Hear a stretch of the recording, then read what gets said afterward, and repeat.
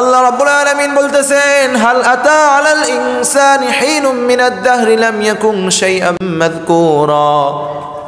ও আমার বান্দারা, তোমাদের কি মনে আছে মানুষের উপরে এমন একটি সময় অতিবাহিত হয়েছে যখন মানুষের এভাবে উল্লেখ করার মতো কোনো বিষয় ছিল না, উল্লেখ করার মতো কোনো বস্তু মানুষ ছিলই না।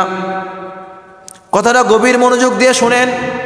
আল্লাহ তাআলা বলতেছেন, হাল আতা আলাল ইনসান হিনুম মিনাদ দাহরি লাম ইয়াকুন শাইআম মাযকুরা। ও মানুষ, তোমাদের উপর থেকে এমন একটি সময় অতিবাহিত হয়ে গেছে, এমন একটি মহাকাল অতিবাহিত হয়ে গেছে যখন তোমার গ্রহণযোগ্যতা, যখন তুমি যে মানুষ, এই পরিচয়টাও তোমার ছিল না। এই পরিচয়টা আমাদের কি ছিল না। আল্লাহ তাআলা তোমাকে বানাইলাম কোন জায়গা থেকে বানাইছি? অস্তিত্ব দিলাম কোন জায়গা থেকে? মিন নুতফাতিল আমশাজ, নাপাক দুর্গন্ধময় পানি। যেই নাপাক দুর্গন্ধময় পানি শরীর থেকে বের হলে জামা কাপড়ে লাগলে নাপাক হয়ে যায়। কি নাপাক? যে গোসল না করা পর্যন্ত ফরজই আদায় হয় না। কতটা নাপাক! প্রস্রাবও তো সেই পরিমাণ নাপাক না, পায়খানাও তো ওই পরিমাণ নাপাক না যে পরিমাণ নাপাক ওই নাপাক পানি। প্রস্রাব করলে গোসল ফরজ হচ্ছে না, অজু করলেই পবিত্রতা আদায় হয়ে যাচ্ছে। পায়খানা করছেন, অজু করলেই পবিত্রতা চলে আসতেছে।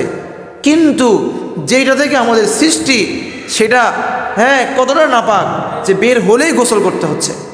তাআলা ইব্রাহিম ওয়া আলা আলি ইব্রাহিম ইন্নাকা হামিদুম মাজিদ। আলহামদুলিল্লাহ, আমরা সেই মহান রব্বুল আলামিনের দরবারে অগণিত অসংখ্য শুকরিয়া আদায় করি যে মহান রব্বুল আলামিন পবিত্র জুমার দিনে আল্লাহর ঘর মসজিদে এসে কিছু কথা বলা এবং শোনার তৌফিক দান করেছেন। এই জন্য আমরা হৃদয়ের গভীর থেকে একবার কালিমাত শুকর আদায় করি, পরে আলহামদুলিল্লাহ। আমরা সকলে একটু জোরে আর একবার আওয়াজ দিয়ে আল্লাহর শুকর আদায় করি, পরে আলহামদুলিল্লাহ। লক্ষ কোটি দুরূদ ও সালাম নবী মুহাম্মদুর রাসূলুল্লাহ সাল্লাল্লাহু আলাইহি ওয়াসাল্লামের উপর, যিনি আপনাকে আমাকে তাওহীদ একাত্মবাদ কালেমা শিক্ষা দিয়েছেন। সেই মহান নবীর উপরে আমরা আরেকবার দুরূদ শরীফ পাঠ করি, পরে সাল্লাল্লাহু আলাইহি ওয়াসাল্লাম। সম্মানিত উপস্থিতি, আমরা মানুষ। আল্লাহ রাব্বুল আলামিন এই মানুষের ব্যাপারে কোরআনুল কারীমের মধ্যে বলেছেন যে এই মানুষ বালহুম আদল, যে কিছু এমন গুণ আছে যে গুণগুলো যদি মানুষের মধ্যে থাকে, খারাপ গুণ, আল্লাহ তাআলা অলস মানুষদেরকে বলেছেন যে চতুষ্পদ জন্তু থেকেও নিকৃষ্ট। উলাইকা হুমুল গাফিলুন, যারা গাফেল তাদের ব্যাপারে আল্লাহ তাআলা বলেছেন তারা চতুষ্পদ জন্তু থেকেও নিকৃষ্ট।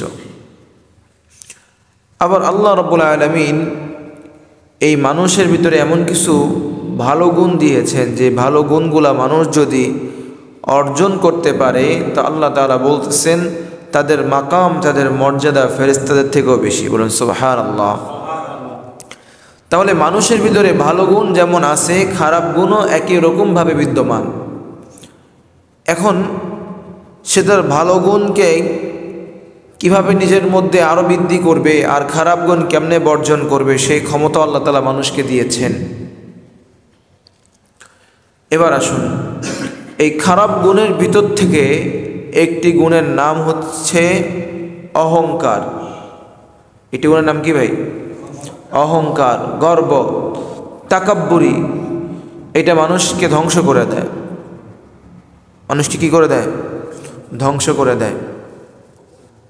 তো এই জন্য ভাই এই অহংকার তাকাব্বুর থেকে আমাদেরকে বিরত থাকতে হবে। যেভাবেই হোক আমরা নিজেরা এই অহংকার তাকাব্বুর থেকে কি থাকবো?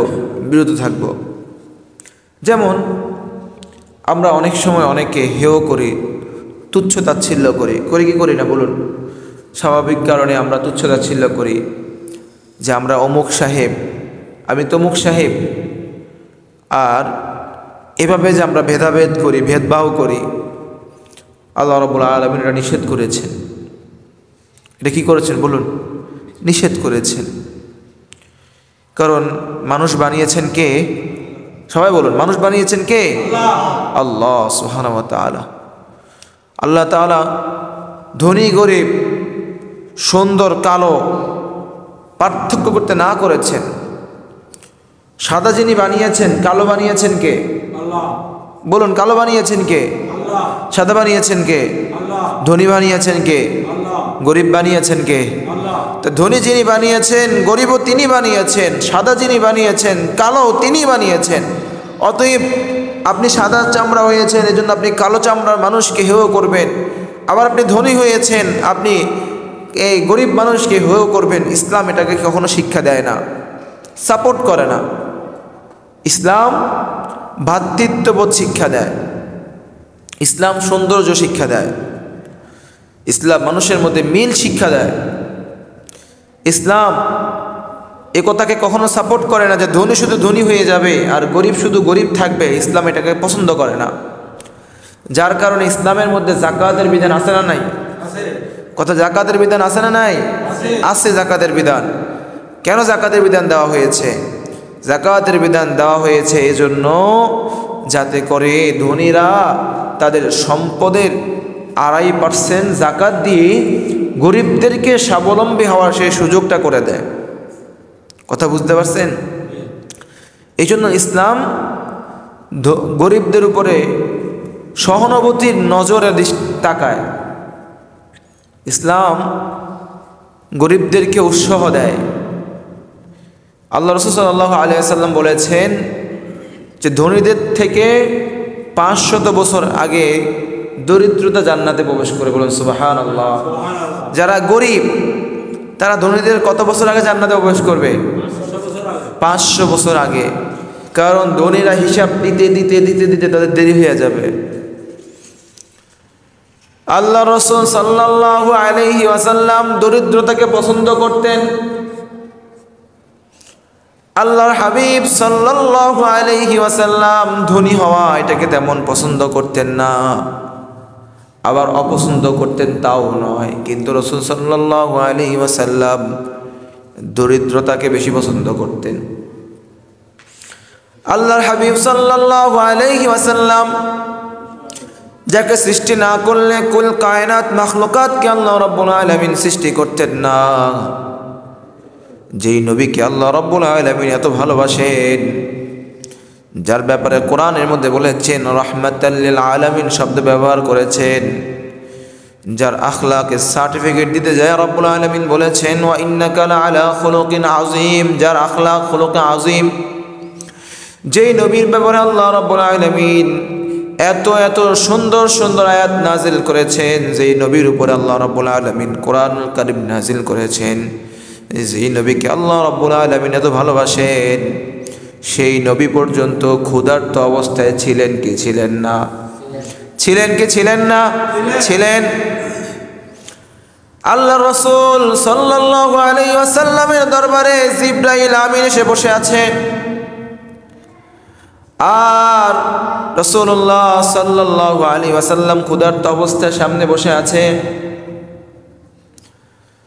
রাসূল সাল্লাল্লাহু আলাইহি ওয়াসাল্লামের নাতি ইমাম হাসান হুসাইন তার মা ফাতেমা রাদিয়াল্লাহু তাআলা আনহার কাছে যা বলতেছে, মা বড় ক্ষুধা লেগেছে, খাবার দেন। ফাতেমা রাদিয়াল্লাহু তাআলা আনহা হাসান হুসাইনকে বলতেছেন, বাবা খাবার তো তৈরি হচ্ছে, যাও একটু নানার দরবার থেকে ঘুরে আসো। হাসান হুসাইন নানার কাছে এসে বলতেছেন, নানা যান, ক্ষুধা লেগেছে, বড় ক্ষুধার্ত অবস্থায় আছি, আমাদেরকে খাবার দেন, খাবারের ব্যবস্থা করে দেন। যদি আপনার কাছে খাবার না থাকে তাহলে আপনার সামনে যে সাহাবী বসে আছে ওই সাহাবী থেকে নিয়ে হলেও আমাদের জন্য খাবারের ব্যবস্থা করে দেন।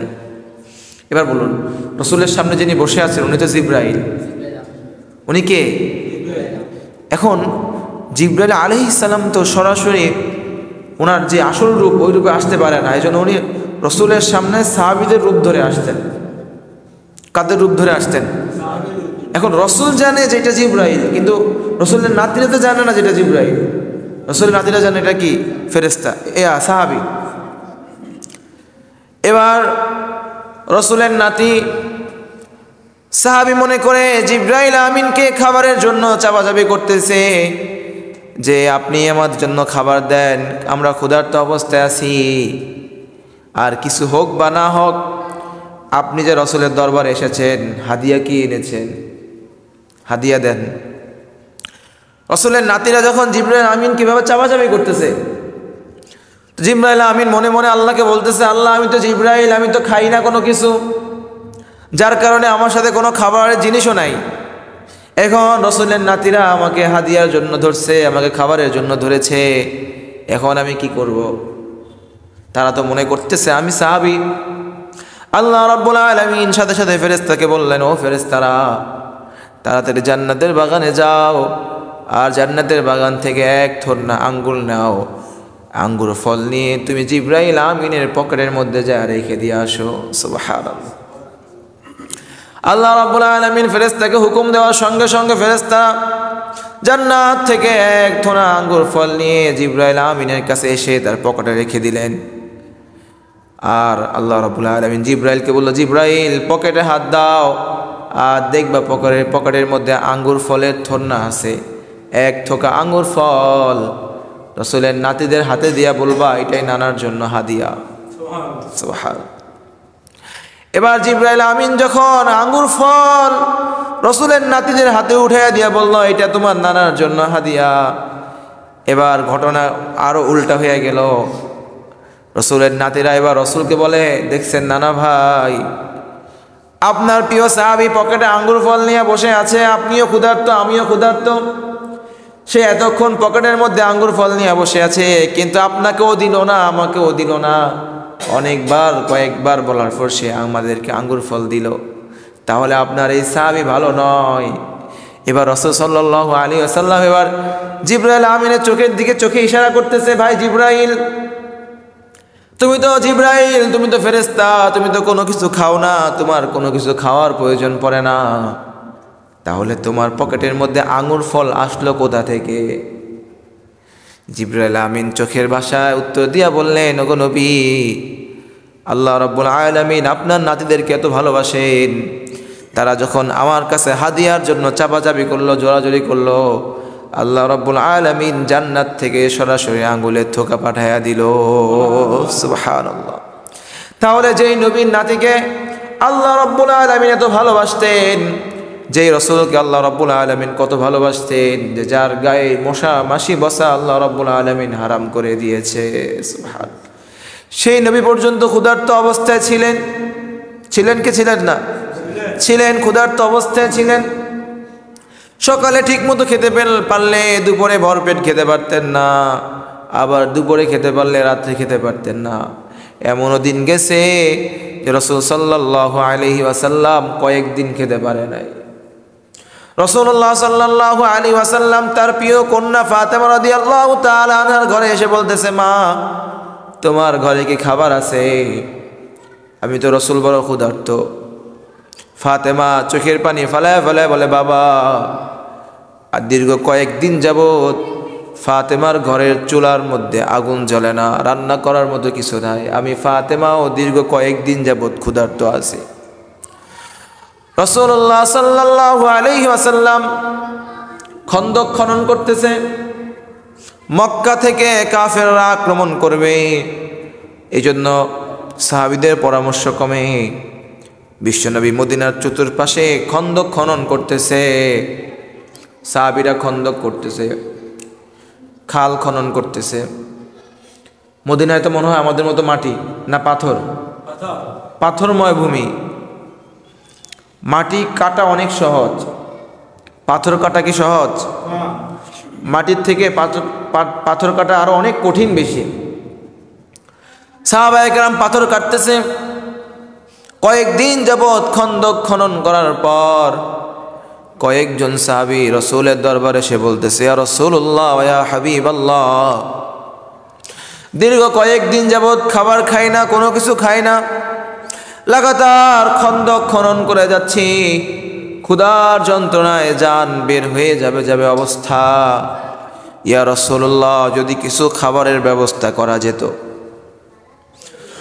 রাসূলুল্লাহ সাল্লাল্লাহু আলাইহি ওয়াসাল্লাম চোখ কান্নায় বিজড়িত হয়ে গেল। চোখ দিয়ে অশ্রুর ফোঁটা টপ টপ টপ টপ পড়তে লাগলো।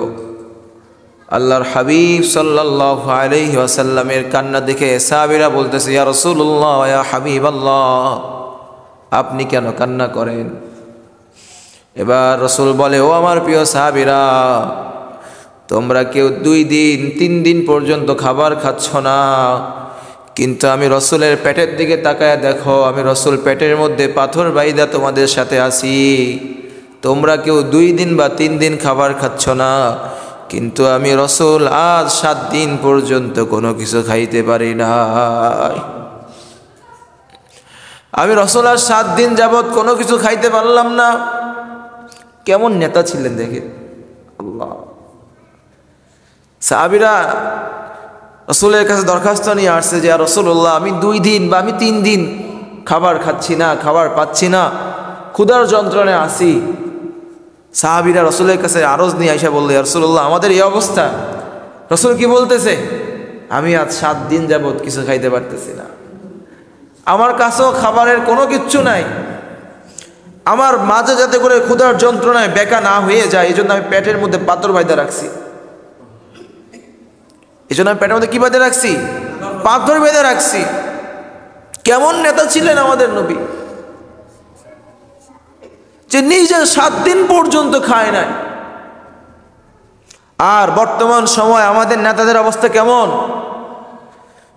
কর্মীরা খাক বা না খাক, নেতা ঠিক মতোই পেট ভরে 3 বেলা খাইতে পারে কি পারে না? বলুন, পারে কি পারে না? পারে ভাই। আমাদের সমাজের নেতাদের যে অবস্থা, এই জন্য পৃথিবীর সবথেকে আদর্শবান নেতা ছিলেন কে? বিশ্বনবী মুহাম্মদুর রাসূলুল্লাহ সাল্লাল্লাহু আলাইহি ওয়াসাল্লাম। ওনার মতো নেতা পৃথিবীর অতীতে আগে ছিল না এবং কিয়ামতের আগ পর্যন্ত আর আসবেও না। একজন আদর্শবান নেতা ছিল। আর ওনার দেখিয়ে যাওয়া পথ যে সমস্ত সাহাবীরা অবলম্বন করেছে, ওনার যে সমস্ত ছাত্ররা ছিল, তারাও পৃথিবীর বুকে এক একজন আদর্শবান নেতা হিসাবে পরিচিত হয়েছে। আবু বকর আদর্শ নেতা ছিলেন, ওমর আদর্শ নেতা ছিলেন, উসমান আদর্শ নেতা ছিলেন, আলী আদর্শ কি ছিলেন? নেতা ছিলেন। ওনারা সবাই কার ছাত্র? নবী মুহাম্মদুর রাসূলুল্লাহ সাল্লাল্লাহু আলাইহি ওয়াসাল্লামের ছাত্র। যাই হোক, যে কথা বলতেছিলাম, তাহলে আল্লাহর হাবিব সাল্লাল্লাহু আলাইহি ওয়াসাল্লাম দরিদ্রতাকে পছন্দ করতেন কি করতেন না? করতেন।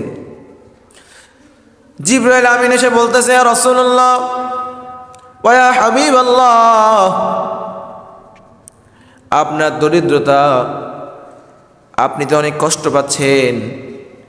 আল্লাহ রাব্বুল আলামিন ফরমান যা পাঠিয়েছেন, যদি আপনি চান তাহলে আপনার পাশে যে পাহাড় আছে, পাহাড়, আপনি যদি ইচ্ছা পোষণ করেন তাহলে আল্লাহ রাব্বুল আলামিন আপনার অমুক পাহাড়কে স্বর্ণের পাহাড়ে রূপান্তরিত করে দিবে।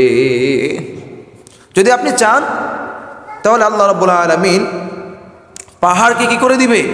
স্বর্ণের পাহাড়ে রূপান্তরিত করে দিবে। আপনার দরিদ্রতা থাকবে না, সাহাবীদেরও দরিদ্রতা থাকবে না। আপনি কি সেটা চান? রাসূল সাল্লাল্লাহু আলাইহি সাল্লাম বলতেছে, জিবরাইল, আমি দরিদ্রতাকে পছন্দ করি, আমার এত সম্পদের কি নেই, প্রয়োজন নাই, আমার স্বর্ণের পাহাড়ের কি নেই, প্রয়োজন নাই। কিয়ামতের ময়দানে আমি দরিদ্রদেরকে নিয়ে, আমি আমার দরিদ্র উম্মতদেরকে সাথে নিয়ে আমি বিশ্বনবী সাল্লাল্লাহু আলাইহি ওয়াসাল্লাম জান্নাতে প্রবেশ করে। বলুন সুবহানাল্লাহ। তাহলে ধনী বানায় কে? গরিব বানায় কে? নাকি ধনী নিজের মতো? অনেকে বলে যে আমি যে ধনী হয়েছি আমার প্রচেষ্টায় হয়েছি, আমি মেহনত করেছি, আমি অনেক শ্রম দিয়েছি, ঘাম দিয়েছি, যার কারণে আজকে আমি সফলতার চূড়ায়। এ কথা সম্পূর্ণ শিরক। কোনো মুসলমানের জবান থেকে এমন কথা বের হতে পারে না। পরিশ্রম করলে কি ধনী হওয়া যায়? পরিশ্রম করলে ধনী হওয়া যায়? আমাদের সমাজে আগে যেই রিক্সাগুলো ছিল, পায়ে চেপে চেপে রিক্সা চালক চালাইতো, রিক্সা চালাইতো, তার থেকে পরিশ্রম কেউ করে? তারা কি ধনী হয়ে গেছে? যারা মাটি কাটে তারা তো কত পরিশ্রম করে, তারা কি ধনী হয়ে গেছে? তাহলে পরিশ্রম করলেই ধনী হওয়া যায় না। ধনী বানায় কে ভাই? জোরে আওয়াজ দিয়ে বলা যাবে ধনী কে বানায়? আল্লাহ ধনী বানায়।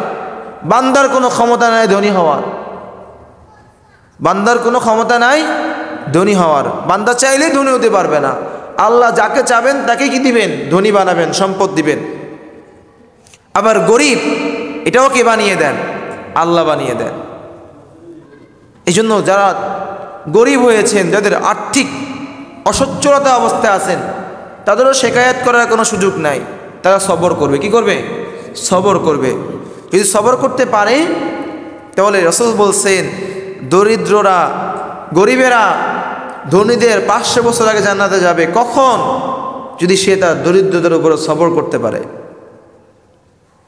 আর যদি দরিদ্রদের উপরে সবর না করতে পারে, শুধু শেকায়েত, আমি গরিব কেন, আমার অমুক ভাই কোটি টাকার মালিক হয়ে গেছে, আল্লাহ শুধু তারই দেখছে চোখে, তারই সম্পদ দেওয়া রইল, আমারে দিল না, আল্লাহ কি আমার চোখে দেখে না? আমি কি দোষ করলাম? এরকম যদি সে শেকায়েত করে, নাশুকরি করে, সবর না ধরে, তাহলে তার জন্য কিন্তু সুসংবাদ নাই, তার জন্য সুসংবাদ নেই। যে ব্যক্তি দরিদ্রতার উপরে সবর ধরবে, ইস্তেকামাত করবে, যে না আমার আল্লাহ তাআলা আমার জন্য এটা ভালো মনে করেছেন, ওই জন্য আমার আল্লাহ তাআলা আমাকে গরিব বানিয়েছেন, না আলহামদুলিল্লাহ, যে অবস্থায় আছি আমি কি আলহামদুলিল্লাহ। যদি এরকম ইস্তেকামাতের সাথে থাকতে পারে, তাহলে তার জন্য সুসংবাদ যে সে ধনীদের 500 বছর আগে কি যাবে? জান্নাতে যাবে।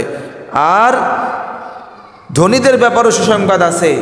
যদি ধনীরা এই সম্পদ পেয়ে, এত মাল পেয়ে যদি আল্লাহ তাআলা শুকরিয়া আদায় করতে পারে, এই সম্পদগুলোকে যদি আবু বকর, ওমর, ওসমান, আলীর মতো যদি আল্লাহর রাস্তায় খরচ করতে পারে, এই সম্পদ, এত বড় সম্পদ পেয়ে যদি সে অহংকারী না হয়ে যায়, তাকাব্বুরওয়ালা না হয়ে যায়, সে যদি নিজেকে সংযত রাখতে পারে, তার জন্য বিশ্বনবী সাল্লাল্লাহু আলাইহি সাল্লাম সুসংবাদের ব্যবস্থা রেখেছেন। এই জন্য অহংকার করা যাবে, কাউকে তুচ্ছ তাচ্ছিল্য করা যাবে না। আমি কোটিপতি, অমুকে গরিব, তার সাথে আপনার একটা ভেদাভেদ তৈরি করে দিলেন, আপনার ভিতরে অহংকার চলে আসলো। আপনি মার্সিডিজ, আপনি পাজারো গাড়িতে চলেন, আর সে গরিব, এই জন্য সে এভাবে, তার কোনো গাড়ি নাই, সে যেমনে পারে সেমনে চলে। আপনি তাকে দেখলে নাক ছিটকাবেন, তাকে দেখলে আপনি তাকে গরিব বলে সম্বোধন করবেন। ইসলাম এটাকে শিক্ষা দেয় না। এই জন্য আল্লাহ রাব্বুল আলামিন আমাদেরকে স্মরণ করিয়ে দিচ্ছেন। ইমাম কুরতুবী রাহমাতুল্লাহি আলাইহি মহাকালে আমাদের যে কোনো পরিচয় ছিল না, এই কথার 2টা ব্যাখ্যা করেছেন। কয়টা ব্যাখ্যা সবাই বলুন? আলোচনা মনোযোগ আছে? আসেনি মনোযোগ? কয়টা ব্যাখ্যা করছে? 2টা ব্যাখ্যা। নাম্বার 1, ইমাম কুরতুবী রাহমাতুল্লাহি আলাইহি বলতেছেন, মহাকাল বলতে ওই সময়কে বোঝানো হয়েছে আল্লাহ রাব্বুল আলামিন পৃথিবী সৃষ্টি করার পর সাথে সাথে জমিনের মধ্যে মানুষ পাঠায় নাই। পৃথিবী সৃষ্টি করার পর এই পৃথিবীর মধ্যে জিন জাতি বসবাস করত। আল্লাহ রাব্বুল আলামিন জিন জাতিকে ধ্বংস করে দেওয়ার পরে কোটি কোটি কোটি কোটি বছর যখন এই পৃথিবীর মধ্যে কোনো মানুষ জাতি ছিল না, এই পৃথিবীর মধ্যে আল্লাহ তাআলার শান অনুপাতে মাখলুকাত বিচরণ করত, কিন্তু মানুষ ছিল না। পুরো পৃথিবীর মধ্যে কোনো কি ছিল না? মানুষ ছিল না। বিজ্ঞান কয়েক শত বছর আগে কথা প্রমাণ করলো। বিজ্ঞান বলতেছেন কয়েকটা যুগকে ভাগ করেছেন। যেমন পৃথিবীতে মানুষ আসার মিলিয়ন মিলিয়ন বছর আগে পৃথিবীর মধ্যে ডাইনোসরের যুগ ছিল। তা দাবি করে কিসের যুগ ছিল পৃথিবীতে? ডাইনোসরের যুগ ছিল। তারও আগে এভাবে বিভিন্ন যুগ তারা বর্ণনা করে। তাহলে বিজ্ঞান কয়েক শত বছর আগে আবিষ্কার করতে পারলো যে পৃথিবীর মধ্যে একসময় মানুষ ছিল না, মানুষের আগে অন্য অন্য মাখলুকাতগুলো ছিল, তারপরে মানুষ এসেছে। কিন্তু আল্লাহ রাব্বুল আলামিন 1450 বছর আগে কোরআনের মধ্যে বলে দিচ্ছে, হাল আতা আলাল ইনসানি হিনুম মিনাদ দাহরি লাম ইয়াকুম শাইআম মাযকুরা। মানুষের অস্তিত্ব পৃথিবীর মধ্যে ছিল না। তাহলে ইমাম কুরতুবীর প্রথম ব্যাখ্যা যে সময়ের মধ্যে পৃথিবীর মধ্যে কোনো মানুষই ছিল না, আল্লাহ তাআলা ওই সময়ের কথা মানুষকে স্মরণ করাইয়া দিচ্ছে যে তুমি চিন্তা করে দেখো, একটা সময় এই পৃথিবীর মধ্যে কোনো মানুষ ছিল না, আজকে আমাদের পৃথিবীর মধ্যে প্রায় 700 থেকে 800 কোটি মানুষ বসবাস করে, কিন্তু আল্লাহ তাআলা স্মরণ করে দিচ্ছে যে এখন তো 700 কোটি বা 800 কোটি মানুষ বসবাস করে, কিন্তু এই বসবাসকৃত জমিনের মধ্যে এক সময় কোনো মানুষ কি ছিল না, তারপরেও তুমি কেন এত অহংকার করে, এত গর্ব করো? ইমাম কুরতুবী রাহমাতুল্লাহি আলাইহি দ্বিতীয় ব্যাখ্যা, 2 নম্বর ব্যাখ্যায় উনি বলতেছেন আল্লাহ রাব্বুল আলামিন এই কথা এই আয়াতের মধ্যে বুঝাইতে চায় যে বান্দা, আজকে 820 কোটি মানুষ আছে, কিন্তু তোমার বয়স যদি 30 বছর হয়, তোমার বয়স যদি 40 বছর হয়, আজ থেকে 40 বছর আগে তো তোমার কোনো নাম নিশানাও পৃথিবীর বুকে ছিল না। যেমন আজকে আমি আবু তালহা 2025-এ জানুয়ারি মাসে এখানে বসে বয়ান করতেছি, আলোচনা করতেছি, আপনারা শুনতেছেন, কিন্তু আজ থেকে 50 বছর আগে আমি আবু তালহার কোনো নাম নিশানা পৃথিবীর মধ্যে ছিল কি ছিল না? ছিল না। ছিল? জানতাম যে আমি দুনিয়াতে আসবো না? আমার বাবা জানতো যে ওনার ছেলে এভাবে আসবে দুনিয়াতে? কোনো নিশ্চয়তা ছিল না। আল্লাহ রাব্বুল আলামিন এই আয়াতের মধ্যে এই কথা বলতেছেন, ইমাম কুরতুবীর 2 নম্বর ব্যাখ্যা, যে আল্লাহ রাব্বুল আলামিন প্রত্যেকটা মানুষকে নির্দিষ্ট করে করে বলতেছে, ও আব্দুর রহিম, ও আব্দুল করিম, ও আব্দুস সত্তার, ও আবুল কালাম, ও আবুল আজাদ, ও আবুল বাশার, তুমি যে আজকে দুনিয়ার মধ্যে বিচরণ করতেছো, অহংকার করতেছো, তাকাব্বুরি করতেছো, একটু চিন্তা করে দেখো, আজ থেকে 50 বছর আগে, 100 বছর আগে তোমার অস্তিত্ব বলতে পৃথিবীতে কোনো কিছুই ছিল না। আজকে আমরা এখানে যেখানে যারা এখানে আসি, আমাদের কারো বয়সটা 100 বছর হবে না, হবে? কিন্তু আমরা আজকে যারা এখানে বসে আছি, আজ থেকে 100 বছর আগে আমাদের সবাই কারো কি কোনো অস্তিত্ব ছিল? ছিল? কারো কোনো অস্তিত্ব ছিল না। আবার এখান থেকে 100 বছর পরে আমাদের কারো কোনো অস্তিত্ব থাকবে? কথা বলুন, আমাদের কারো কোনো অস্তিত্ব থাকবে? কেউ কি মনে রাখবে কথা যে এই জমিনের মধ্যে হাফিজুল্লাহ মিয়া, মফিজুল্লাহ মিয়া নামে 2 জন লোক ছিল আজ থেকে 200 বছর আগে? পরে মানুষকে মনে রাখবো? থাকবে না ভাই, সব অস্তিত্ব বিলীন হয়ে যাবে। আমার অস্তিত্ব বিলীন হয়ে যাবে, আপনার অস্তিত্ব বিলীন হয়ে যাবে। তাহলে আমরা এক সময় ছিলাম না, যে সময়টাতে ছিলাম না, আল্লাহ রাব্বুল আলামিন ওইটাই মনে করাইয়া দিচ্ছে যে মানুষ, তোমার ভিতরে এত অহংকার, এত তাকাব্বুরি, এত আমিত্ব, এত গৌরব, এত কিছু কেমনে তোমার ভিতরে ঢুকে? কারণ তুমি তো একসময় কোনো কিছুই ছিল না, একসময় তুমি কোনো কিছুই ছিল না, তা তোমার ভিতরে এত আমিত্ব, এত গৌরব, এত অহংকারী, এগুলা কেমনে আসে? তুমি কিছুই ছিল না। আল্লাহ রাব্বুল আলামিন তারপরে বলতেছেন, ইন্না খালাকানাল ইনসানা মিন নুতফাতিন আমশাজ নাবতালিহি ফাজআলনাহু সামিআম বাসীরা। মানুষ তো বড় অহংকারী জাতি, মানুষ বড় তাকাব্বুরি জাতি। এই জাতির ভিতরে যে অহংকারী, আমিত্ব, গর্ব, যে বৈষম্য তৈরি করেছে, আল্লাহ জানেন যে এটা সহজে যাবে না। এজন্য আল্লাহ আরো খোঁটা দিয়ে আল্লাহ তাআলা আমাদের অন্তরে আরো কথা স্মরণ করাইয়া দেওয়ার জন্য বলতেছেন যে হে মানুষ, তোমার তো অস্তিত্ব ছিল না, ঠিক আছে, কিন্তু তোমাকে যে আমি অস্তিত্বটা দিলাম, কোন জায়গা থেকে দিলাম? তুমি যে আজকে বলো যে আমি অমুক সাহেব, আমি তমুক সাহেব, আমার 10টা বাড়ি আছে, 50টা ফ্যাক্টরি আছে, আমার অ্যাকাউন্টে কোটি কোটি টাকা আছে, তুমি যে নিজেকে এত বড় মনে করতেছো, তোমার অস্তিত্ব কোন জায়গা থেকে আসছে তুমি একটু সেটা চিন্তা করো। আল্লাহ তাআলা আমাদেরকে মনে করায় দিচ্ছে যে তুমি আজকে যা হইছো, কোন জায়গা থেকে হইলা? মিন নুতফাতিন আমশাজ, তোমার বাবা এবং তোমার মার উভয়ের নাপাক দুর্গন্ধময় পানি থেকে আমি আল্লাহ রাব্বুল আলামিন তোমাকে বানাইছি। আল্লাহ স্মরণ করে দিয়েছে তোমার অস্তিত্ব কোথায়। আমাদের সমাজে এটা হয় না যে একসময় সে অনেক গরিব ছিল, দরিদ্র অবস্থায় ছিল, এখন আল্লাহ রাব্বুল আলামিন তাকে সম্পদ দিয়েছে, তাকে অনেক ধনী বানিয়েছে, তো তার সম্পদ হওয়ার পরে সে তার অতীত ভুলে গেছে, তার ভিতরে অহংকার ঢুকে গেছে।